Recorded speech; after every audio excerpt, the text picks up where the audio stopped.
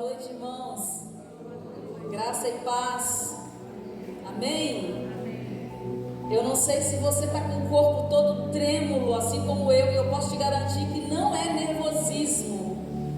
O pastor ia subir, eu falei, meu amor, já pode fazer um apelo. Faz um apelo, encerra o culto, porque depois dessa apresentação incrível, não tem como não mentalizar aquilo que Jesus passou por você na cruz do Calvário. Você acha que foi por minha causa? Não, foi por sua causa. E quando nós nos colocamos, nós nos responsabilizamos para responder, ou pelo menos tentar responder à altura daquilo que Ele fez por nós. Vira para essa pessoa que está do seu lado e fala assim: foi por você.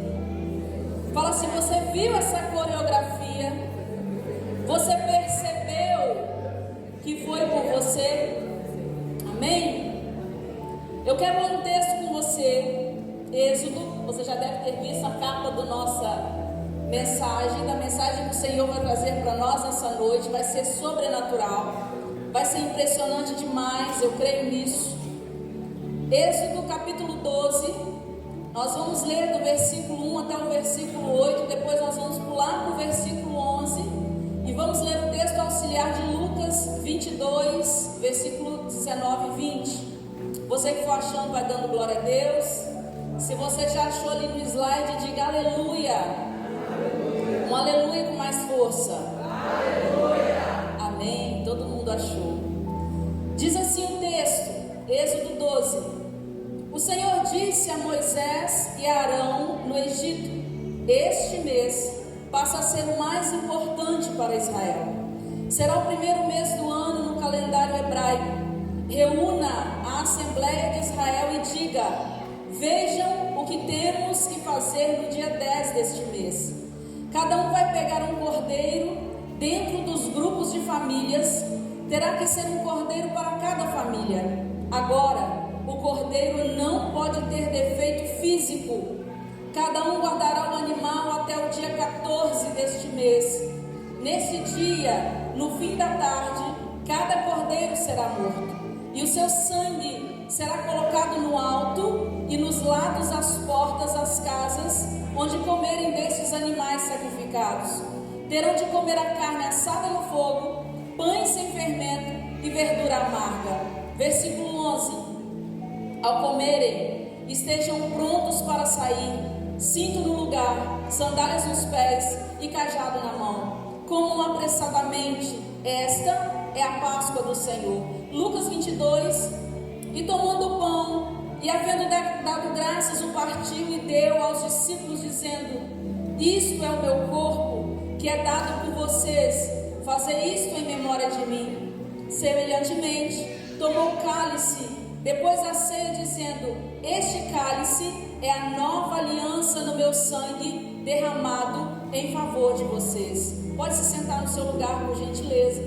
Se você prestou atenção nesses dois textos, você deve ter percebido a similaridade entre eles, entre Êxodo 12 e entre Lucas 22.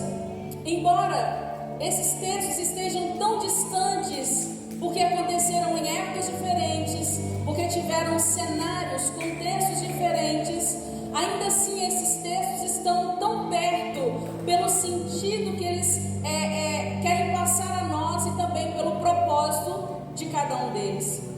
Quando nós celebramos a Páscoa, e celebrar a Páscoa, nós podemos dizer que teve um princípio. Lendo esses textos lá no Antigo Testamento, quanto cá no Novo Testamento, nós entendemos que celebrar a Páscoa teve um princípio e teve uma finalidade. E o princípio e a finalidade de celebrar a Páscoa é por causa do sangue. O princípio e a finalidade de celebrar a Páscoa é proteger com sangue. Se você não entender essa palavra, guarde apenas isto: o princípio e a finalidade de celebrar a Páscoa não é aquilo que nós costumeiramente fazemos, não é aquilo que as pessoas têm o hábito de fazer. Preciso comprar chocolate para os meus filhos, preciso dar presente para os meus filhos na Páscoa. Que você possa guardar isso. A finalidade da Páscoa é proteção com O texto de Êxodo 12 diz para nós que a família que sacrificou o cordeiro, a família que comeu da carne, que aspergiu sangue, ela estava sinalizando para os céus, dizendo: eu aceito o sacrifício do cordeiro. Por isso, queridos, quando o anjo da morte, quando o anjo devorador de almas passa no meio do povo, passa pelo Egito, ele estava em busca da alma dos primogênitos, sinalizando o sacrifício perfeito. Quando o povo comeu da carne, bebeu do sangue e aspergiu sangue nos umbrais das portas, eles estavam declarando, assim como nós fazemos hoje: eu aceito Jesus como meu único e suficiente Salvador. A salvação não estava sobre Moisés, a salvação não estava sobre Arão, a salvação nem estava sobre aquele rito, mas estava sobre o Cordeiro. Então eles estavam sinalizando: eu aceito o Cordeiro de Deus na minha vida. O anjo da morte queria a alma dos primogênitos, mas passando por ali, ele entendeu que em cada casa dos israelitas um cordeiro já havia sido sacrificado no lugar do primogênito. Olha que impressionante isso. Dê um glória a Deus no seu lugar. Quando o anjo da morte, repetindo para trazer vida ao seu coração, quando o anjo da morte estava passando, querendo devorar a alma dos primogênitos, ele entendeu que na casa dos israelitas, daqueles que aceitaram o cordeiro perfeito, ele viu que um cordeiro já havia sido sacrificado em favor do primogênito. O anjo da morte enxergou a autoridade através da única coisa que poderia detê-lo, da única coisa que poderia impedi-lo de fazer um massacre na casa dos israelitas: a autoridade que estava sobre o sangue do cordeiro passado nas portas. A primeira Páscoa foi celebrada no Êxodo. A primeira Páscoa que foi celebrada ali, nós lemos Êxodo 12, tinha um propósito. A primeira Páscoa que foi celebrada tinha um propósito. Diga: a primeira Páscoa. Diga: a primeira Páscoa. Celebrada lá em Êxodo. Não, você precisa fazer isso. Diga: a primeira Páscoa. Celebrada. Faça assim: lá em Êxodo. Tinha um propósito. Sabe qual o propósito? Apontar para Cristo. Amém? Assim como a última ceia, lemos Lucas 22, a última ceia de Jesus com seus 12 discípulos, que também estava celebrando a Páscoa, tinha um propósito. Diga: a última ceia, celebrada por Jesus com os discípulos, também tinha um propósito. E esse propósito agora era apontar para Ele mesmo. O próprio Cordeiro estava servindo a ceia. A Bíblia diz que antes disso o Cordeiro lavou os pés dos discípulos. O próprio Cordeiro estava servindo a ceia, apontando para si mesmo, apontando para Ele mesmo. Ali na ceia servida, aquela Páscoa servida para os discípulos, Jesus estava pré-anunciando o seu sofrimento e a sua crucificação, que aconteceria na sexta-feira. Naquela Páscoa, na última ceia de Jesus com seus discípulos, ele estava pré-anunciando que no sábado o seu corpo estaria repousando no sepulcro. E para você que crê, você entende que Jesus não estava simplesmente dormindo. Enquanto Jesus estava no sepulcro, o reino espiritual estava em polvoroso. Porque a Bíblia diz que Jesus foi ao inferno, tomou a chave da morte das mãos do diabo em favor da nossa vida. Jesus estava pré-anunciando que no sábado ele estaria no sepulcro. Mas sabe o que é mais impressionante? Por isso pregamos o Evangelho da Salvação. Que durante a última ceia, Jesus também estava anunciando Páscoa, ao terceiro dia, depois da sua crucificação, ele ressuscitaria. Você pode dar um glória a Deus no seu lugar, amém? Aleluia! Se você lê toda a palavra de Deus, se você lê toda a Bíblia, você entende que toda a profecia estava apontando para esse grande dia. Então nós podemos concluir que, sem dúvidas, celebrar a Páscoa é gerar uma expectativa de uma grande salvação. Entende isso? Celebrar a Páscoa é gerar uma expectativa de uma grande libertação ou de uma grande salvação. Essa foi a introdução. Na verdade, podemos começar a colocar como uma pré-introdução da introdução da mensagem, porque eu quero começar de novo para você entender melhor. Quando nós lemos a palavra de Deus, nós vemos que o povo de Israel, ele foi o povo escolhido por Deus. Ainda assim, sendo o povo de Deus ou o povo escolhido por Deus, eles viveram 400 anos sob o jugo ou debaixo da escravidão lá no Egito. O que eu quero que você entenda com isso? É que mesmo tendo o título de filho de Deus, mesmo nós tendo o título de filho de Deus, mesmo você tendo o título de filho de Deus, você pode estar vivendo na mesma condição que os hebreus estavam.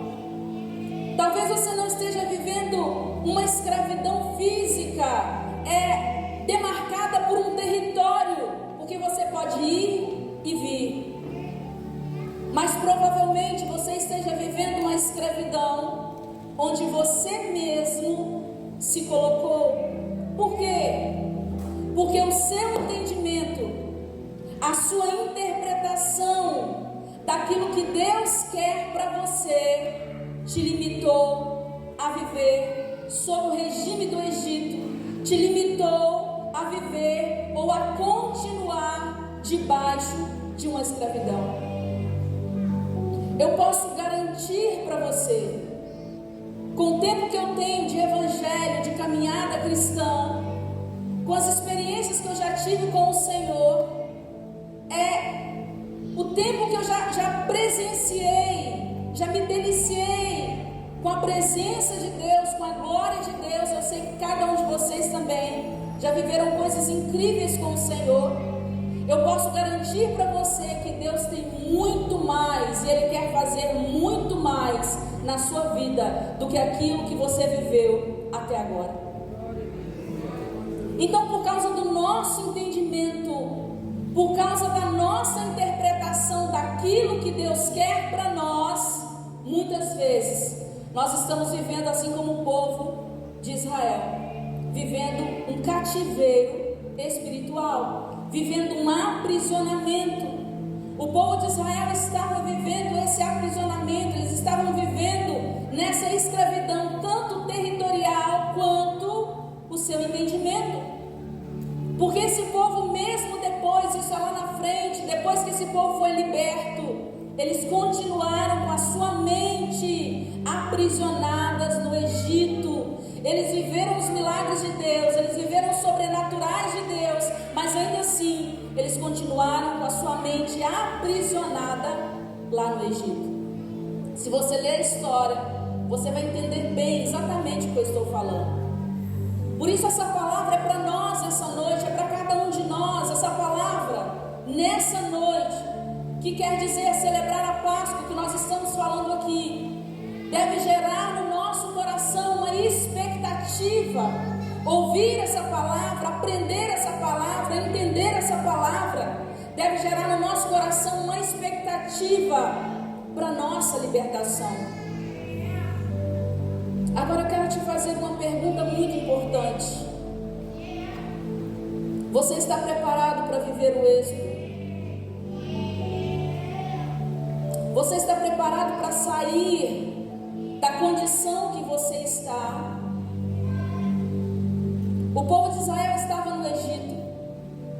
Eles estavam vivendo em um estado e em um lugar de escravidão. Estado significa a condição em que alguém se encontra.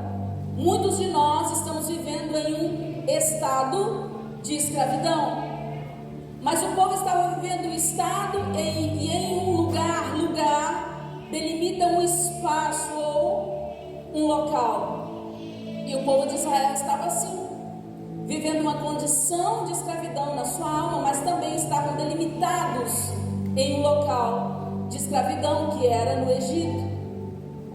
E para nós sairmos, para você sair dessa condição, para você sair desse estado de escravidão, você precisa de 3 elementos que são fundamentais, 3 elementos que são indispensáveis para arrancar você, para tirar você dessa condição de escravidão. O primeiro elemento que você precisa para sair dessa condição de escravidão é o pão sem fermento. O pão sem fermento significa não se corromper com o pecado. Quando nós lemos nos três evangelhos, Jesus disse algo para os discípulos surpreendente demais. Mas eu frisei aqui Mateus 16:11. Jesus fala com os discípulos: tomem cuidado com o fermento dos fariseus. Por que Jesus disse isso? Quando o fermento é misturado à massa, ela se torna uma só. Então nós precisamos do primeiro elemento para nós sairmos desse estado, dessa condição de escravidão, que é o pão sem fermento. Não se contaminar, não se corromper com o fermento dos fariseus, não se contaminar, não se corromper com o pecado. O segundo elemento que nós precisamos para sair desse estado de escravidão que nós nos limitamos são as ervas amargas. As ervas amargas, quando você coloca na sua boca, daqui a pouco você vai experimentar, e eu faço questão que você experimente. Você vai sentir o gosto do próprio nome, como o próprio nome já diz, um gosto amargo na sua boca. Você precisa desse elemento, todas essas simbologias têm um propósito, e você precisa desse segundo elemento, que são as ervas amargas, para você não se esquecer do sofrimento do Egito, para você não se esquecer do mal que a escravidão causa para você e para quem está perto de você, porque aquilo que você passa, você pode interferir na vida da sua família também. O segundo elemento são as ervas amargas, para você não se esquecer onde o pecado pode te levar, e eu quero te garantir isso. Já ouvimos falar disso aqui. O pecado, ele sempre vai nos levar mais longe daquilo que você pretende ir. As pessoas podem programar: eu errei, foi tão pequenininho. Daqui a pouco começa a se tornar um hábito, e esse pecado vai crescendo, e o pecado vai te levando mais longe do que você planejava. E o segundo elemento, as ervas amargas, para você não se esquecer onde o pecado pode te levar, o que ele pode causar na sua vida. O terceiro elemento que nós precisamos, que é indispensável, que é fundamental para nos tirar de um estado, de uma condição de escravidão que nós nos colocamos.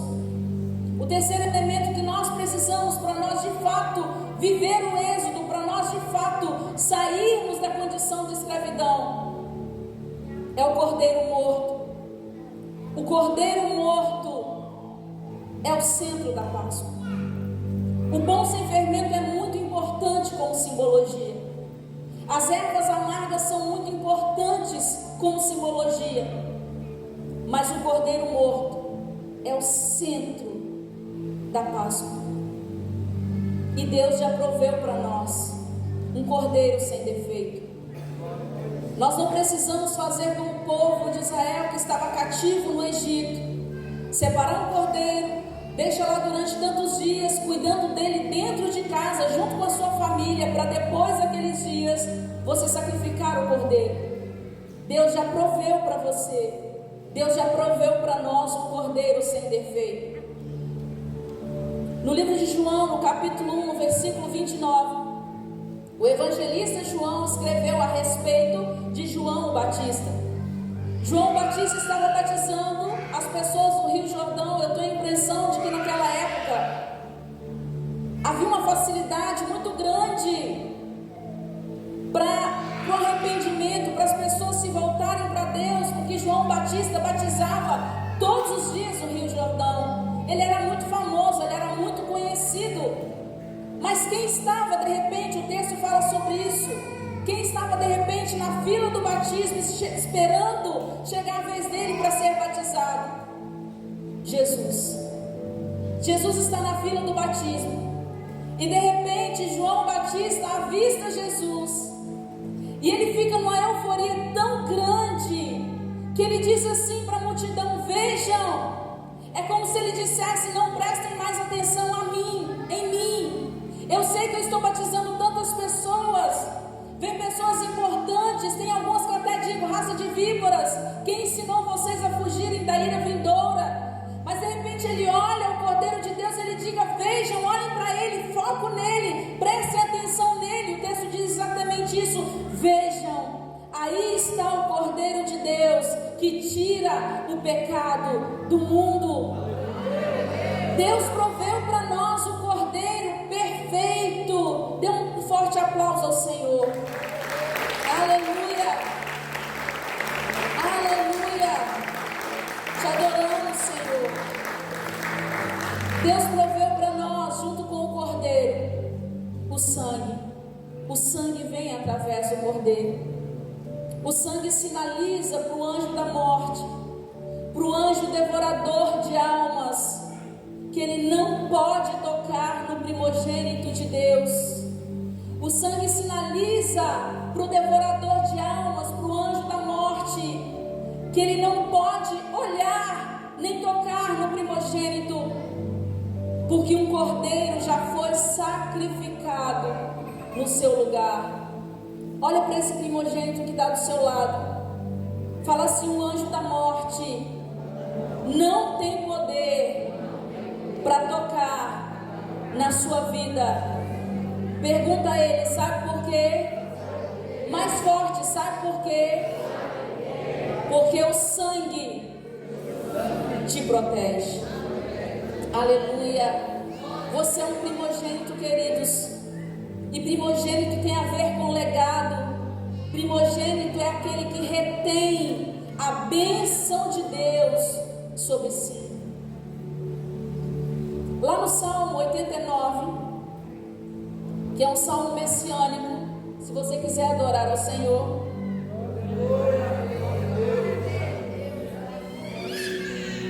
Salmo 89, que é um salmo messiânico, olha o que o Senhor fala com Davi. Eu coloquei entre parênteses, mas se você ler o texto, você vai entender que é para ele. Aliás, você vai saber que é para ele. Também nomearei Davi meu primogênito, o mais exaltado dos reis da terra. Manterei o meu amor por ele para sempre, e a minha aliança com ele jamais se quebrará. Deus proveu sangue sobre a vida de todo aquele que aceitou o sacrifício do Cordeiro. Deus proveu sangue para que você se tornasse o primogênito dele, assim como ele fez com o rei Davi. Deus proveu sangue para que o anjo da morte não tenha poder para tocar na sua vida. Glória a Deus. Deus proveu sangue através do Cordeiro. Agora, o papel de passar o sangue nos umbrais da porta é nosso. O papel de pegar o sangue, de aceitar o Cordeiro, como o povo de Israel fez, e passar, aspergir o sangue nos umbrais da porta, é nosso. E porta é lugar de decisão.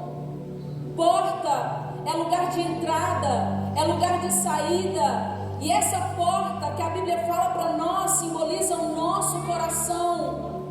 A responsabilidade de passar o sangue do Cordeiro na sua vida é sua mesmo. Não tem como você aceitar o sacrifício do Cordeiro. Não tem como você aceitar esse sacrifício do Cordeiro perfeito, mas não tomar posse do sangue e passar esse sangue, que é o antídoto contra todo mal na sua vida. Porque um é inseparável do outro. Deus proveu o Cordeiro e o Cordeiro proveu o sangue para cada um de nós. As portas, os umbrais que nós precisamos passar o sangue do Cordeiro é o nosso coração. Provérbios capítulo 4, versículo 23 diz: sobretudo, o que se deve guardar, guarda o teu coração, porque dele procedem as fontes da vida, dele vai sair as decisões que você vai tomar, do seu coração. Por isso o seu coração tem que estar guardado com o sangue do Cordeiro, com o sangue de Jesus. Mas fazendo uma comparação entre esses dois textos que nós lemos, Êxodo 12, Lucas 22, talvez você tenha ficado um pouco confuso e pensando: mas onde e como começou a Páscoa? Quando começou a Páscoa? As pessoas se enganam pensando que a Páscoa começou com a libertação do povo de Israel lá em Êxodo, no Egito. Em Êxodo foi celebrada a primeira Páscoa, mas lá não começou a Páscoa. Lá foi celebrada a primeira Páscoa. Guarde bem isso. Quando você for ler a Bíblia, você vai achar no livro de Êxodo falando a respeito da primeira Páscoa, que é Êxodo 12, o texto que nós lemos. Mas a Páscoa não começou ali de forma alguma. Mesmo lá em Êxodo, o povo de Israel tendo usado todos os simbolismos, tendo usado o pão sem fermento, assim como nós temos aqui nessa noite, como usaram também as ervas amargas, como usaram o Cordeiro Pascal. Eles usaram todos esses simbolismos. O pão sem fermento para eles simbolizava a pressa que eles estavam para sair do Egito, daquele ambiente tóxico. As ervas amargas estavam simbolizando o tempo de sofrimento, 400 anos de escravidão. Haja erva amarga para comer, para se lembrar disso. Mas eu acredito que estava bem vívido na memória deles. E da mesma forma, o outro simbolismo, que é o mais importante, que é o Cordeiro Pascal. A Bíblia fala da sombra. Tudo que aconteceu lá atrás, no Antigo Testamento, foi uma sombra profética daquilo que viria a acontecer mais para frente para nós, que foi o sacrifício de Jesus. Hebreus capítulo 10, versículo 1 diz, vou ler uma outra tradução, um pedaço pequenininho, que é a parte que eu quero para nós essa noite. Porque tendo a lei a sombra dos bens futuros, e não a imagem exata das coisas, foi o que o povo viveu lá em Êxodo 12. Eles tiveram a sombra daquilo que viria a acontecer no futuro. Eles não tinham a imagem exata. Olha que privilegiados nós somos. Nós temos o privilégio de ter a imagem exata do sacrifício de Jesus na cruz por nós. Nós temos clareza de entendimento acerca dessas coisas. Lá atrás não. Lá em Êxodo não. O povo tinha só uma vaga imagem daquilo que viria profeticamente acontecer num futuro, e num futuro muito distante. A Bíblia Viva, na tradução da Bíblia Viva, o texto diz assim: o antigo sistema das leis judaicas deu apenas uma fraca amostra das coisas boas que Cristo faria por nós.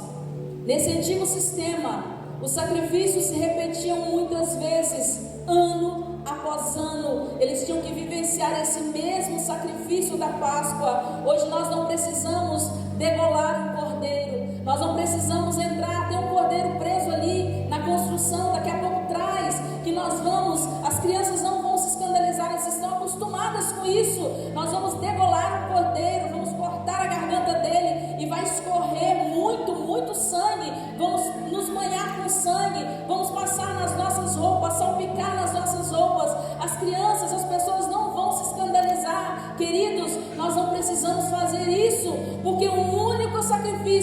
sacrifício perfeito foi feito na cruz do Calvário, uma vez por todas. Aleluia! Então lá atrás, eles não tinham noção, eles tinham uma fraca amostra das coisas boas que Cristo faria por nós. Entendendo a palavra de Deus, e não só entendendo, porque tem pessoas que entendem, mas não querem aceitar.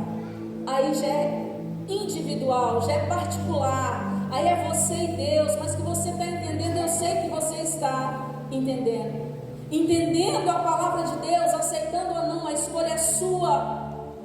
Quando você enxerga a imagem exata, como eu acabei de descrever aqui, daquilo que Cristo fez por você, a imagem exata do que Cristo fez em favor da sua vida, quando você entende isso, quando você entende o que Ele tem para você, você sai do estado de escravidão. Quando você entende, você enxerga a imagem exata, quando você identifica o Cordeiro de Deus na sua vida, você tem pressa para sair do Egito.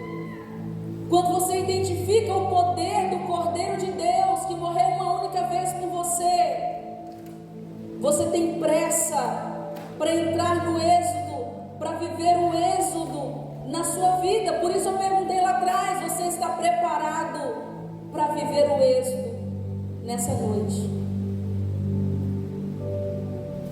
A Páscoa não começou lá em Êxodo, como nós lemos.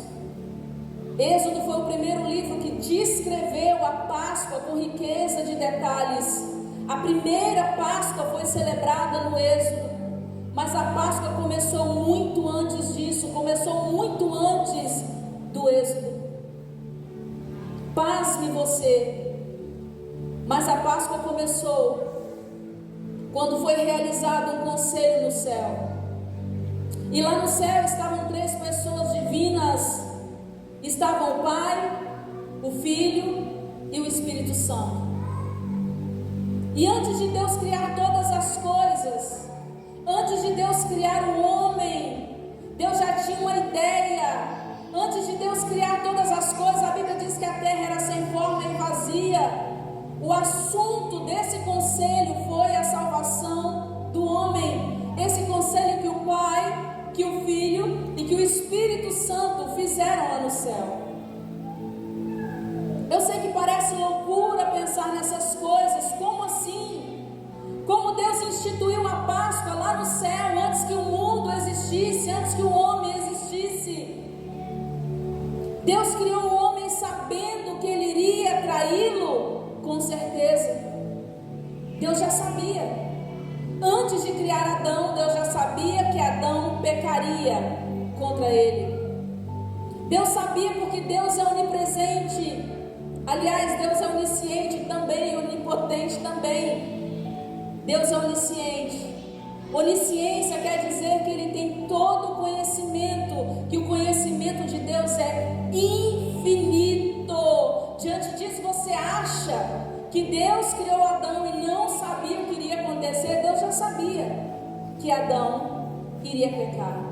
Mas, mesmo sabendo da queda do homem, mesmo sabendo que iria criar Adão, que iria criar Eva, e eles pecariam contra ele, Deus ainda assim o resolveu fazer. Deus decidiu no seu coração fazer o homem sabendo que ele iria errar. E sabendo disso, Deus elaborou o plano de salvação. Antes de criar o homem, antes de criar tudo que nós vemos, antes de criar a terra, Deus elaborou o plano de salvação. Quando Deus criou o homem, Ele o criou com um propósito. Deus fez o homem para ter domínio sobre todas as coisas. Esse era o plano original de Deus. Diga: o plano original de Deus. Diga: o plano original de Deus. Era que o homem tivesse domínio. Diga: esse era o plano original. Gênesis capítulo 1, versículo 26. que Deus disse: façamos o ser humano à nossa imagem, conforme a nossa semelhança. Tenha ele domínio. Tenha ele o quê? Domínio. Tenha ele o quê? Domínio. Sobre os peixes do mar, sobre as aves dos céus, sobre os animais domésticos, sobre toda a terra e sobre todos os animais que rastejam pela terra. O primeiro plano de Deus, o plano original de Deus, era que o homem tivesse domínio. Mas depois do pecado, o propósito de Deus, o plano original de Deus, deixou de existir por um tempo. O plano original de Deus passou para o plano principal. E sabe qual é o plano principal de Deus? O plano original era importante, que o homem tivesse domínio, dominasse sobre todas as coisas. Mas Deus já havia elaborado o plano de salvação lá atrás, sabendo que o homem ia errar, que o homem ia pecar. O homem pecou. Agora Deus não tinha mais um plano original, que era domínio. O mais importante era o plano principal, que foi a salvação da humanidade. Uma pergunta: se Deus sabia de tudo isso, então por que Deus criou o homem? Sabendo que o homem ia errar, sabendo que o homem ia pecar, sabendo que o homem ia traí-lo, porque pecado é traição contra Deus. Quando nós pecamos, nós traímos Deus, e Adão traiu Deus. Deus confiou que Adão teria domínio. Assim como Deus nos chama com o plano principal, que é a salvação, Ele tem para nós também o plano original, que é domínio. Depois que nós aceitamos o sacrifício do Cordeiro, passamos o sangue do Cordeiro no nosso coração, o plano de Deus é que a gente siga também o plano original, que é domínio sobre todas as coisas. E quando nós seguimos o plano original de Deus, que é ter domínio sobre todas as coisas, queridos, nada vai poder nos aprisionar. É isso que você tem que entender. Por isso a Páscoa tem que gerar uma expectativa muito grande no seu coração, para te tirar do lugar que você está e te levar para um novo ambiente, para te levar a viver o êxodo. Então por que Deus criou o homem? Sabendo da queda, sabendo do pecado, sabendo da traição, porque Adão traiu Deus. Eu vou te responder fazendo uma outra pergunta. Da mesma forma que Deus criou o homem sabendo que ele iria errar, que ele iria pecar, da mesma forma Deus também escolheu você. Por que Deus escolheu você? Em termos de traição, em termos de pecado, em termos de escolhas erradas, em termos de priorizar outras coisas e pessoas, em vez de fazer isso com Deus, em vez de escolher Deus, nós não nos tornamos diferentes de Adão. Ainda assim, Deus tem insistido com cada um de nós.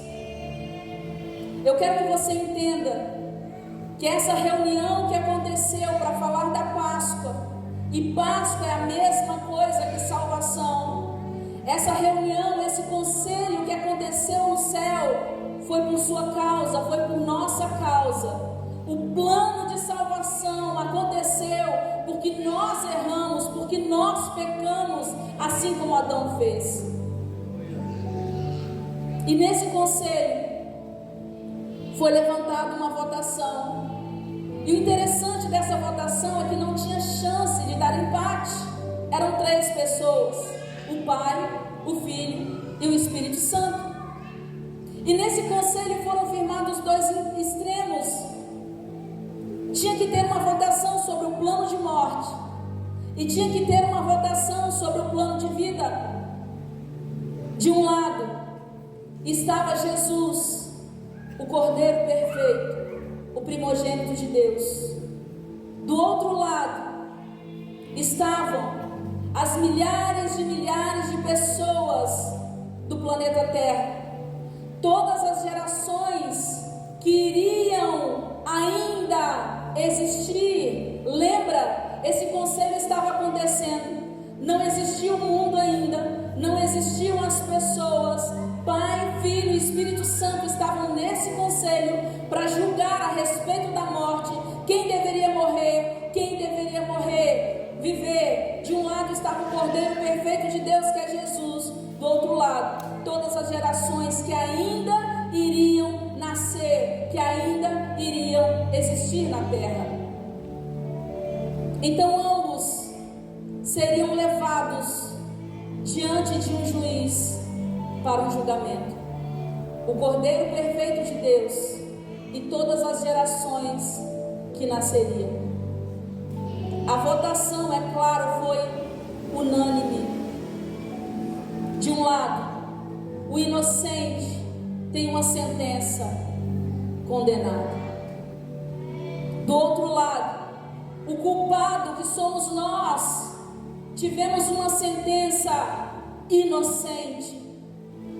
O grande juiz dos céus bateu o martelo e disse: Jesus é condenado, e todas as gerações se tornam inocentes. Nós nos tornamos inocentes.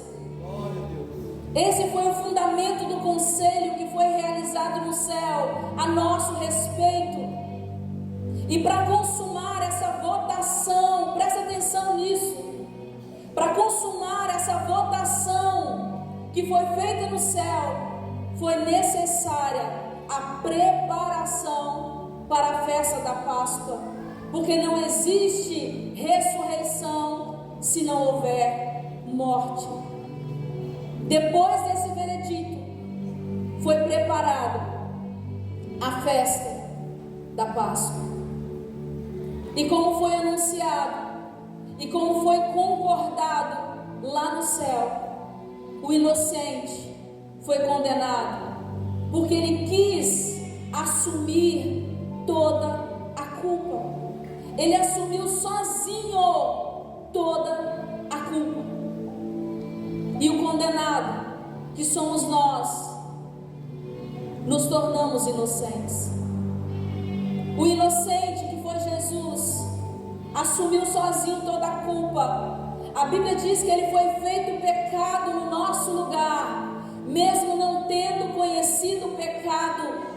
Segundo aos Coríntios, capítulo 5, versículo 21 diz: aquele, falando de Jesus, aquele que não conheceu o pecado, Deus o fez pecado por nós, para que nele fomos feitos justiça de Deus. Aleluia. Aleluia. Eu fico tão impressionada, porque Jesus, enquanto ele está comendo a ceia com seus discípulos, dando todos os sinais da Páscoa, do sacrifício que viria a acontecer, depois daquele período com seus discípulos, a sua última ceia celebrada aqui nessa terra, porque ele iria participar de uma ceia muito maior no céu, eu tenho certeza que muito melhor do que a nossa. Então, depois que Jesus celebra a ceia, ele vai para o Getsêmani com seus discípulos.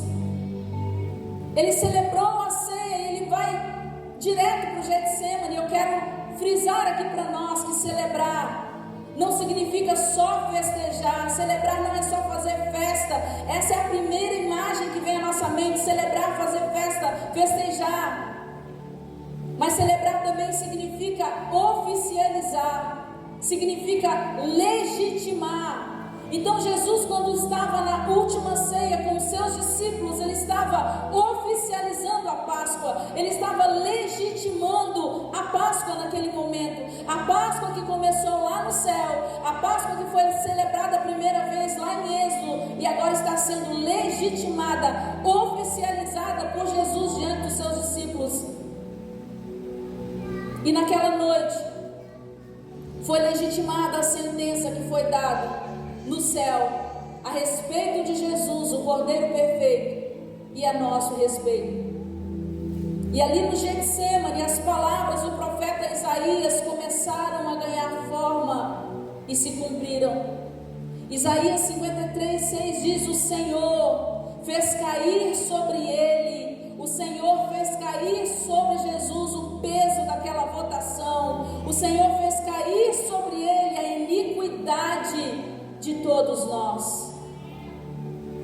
Agora, depois da última ceia celebrada com seus discípulos, oficialmente, Jesus se torna o substituto em nosso lugar na cruz do Calvário.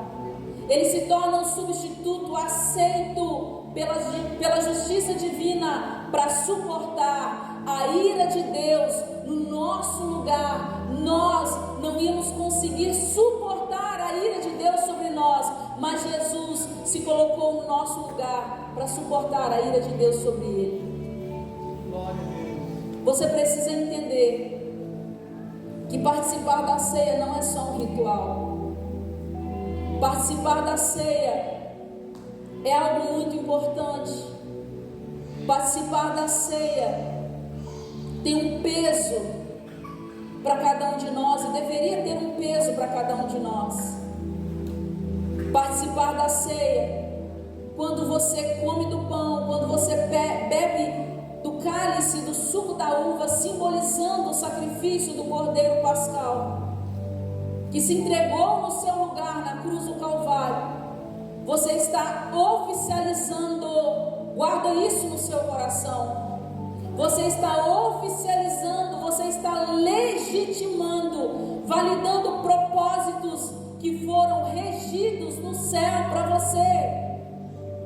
Por isso nós não podemos ficar na condição que nós estamos, na condição de escravidão. Então, se você ainda está nessa condição, eu quero te convidar nessa noite a legitimar através da ceia, a oficializar através da ceia os propósitos que já foram estabelecidos no céu em favor da sua vida. Aleluia. A Páscoa, ela celebra a ressurreição. Nós não estamos aqui celebrando a morte de Jesus. A música que nós ouvimos fala que a cruz não foi um palco de morte, a música do Heitor. A cruz não foi um palco de morte, a cruz foi um palco de amor, porque a cruz não representa a morte. A cruz para nós representa vida. E celebrar a Páscoa, nós estamos celebrando a ressurreição de Jesus. E ressurreição significa voltar à vida após a morte. Para nós nascermos de novo, nós precisamos voltar à vida. Nós estávamos mortos, os nossos delitos, os nossos pecados. Ressurreição significa voltar à vida após a morte. E Páscoa, celebrar Páscoa, vir à ceia para participar da Páscoa junto com o Cordeiro Pascal, indica recomeço, indica mudança. Se você está preparado para viver o êxodo, se você está preparado para viver a saída do lugar que você mesmo se colocou, esse não é o plano de Deus para você. Deus quer te levar a lugares muito mais altos. Deus quer te levar a viver coisas muito profundas com Ele.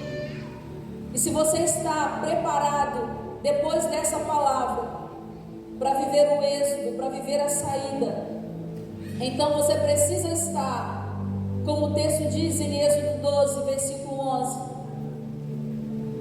ao comer a ceia, estejam prontos para sair. Quando você for vir à mesa, você vai vir com a sua família. Esteja pronto para sair. Segura na mão dos seus filhos, segura na mão da sua esposa, segura na mão da sua família. Aperte bem os cintos. O texto diz: o cinto tem que estar no lugar, sandálias calçadas nos pés, cajado na mão. Comam depressa, comam apressadamente. Esta é a Páscoa do Senhor. Essa é a Páscoa, é o recomeço do Senhor na sua vida. Olha a oportunidade que você tem nessa noite, querido, de celebrar a Páscoa com uma visão completamente diferente. Você coloca de pé no seu lugar, por gentileza. Celebrar a Páscoa com uma visão completamente diferente de talvez todas as outras que você tem celebrado até agora. Quando você celebra a Páscoa, você está legitimando um propósito de Deus que já foi estabelecido na sua vida. Aleluia, aleluia. Nós vamos ter uma dança agora, e logo depois nós vamos servir a ceia. E já esteja aí preparado.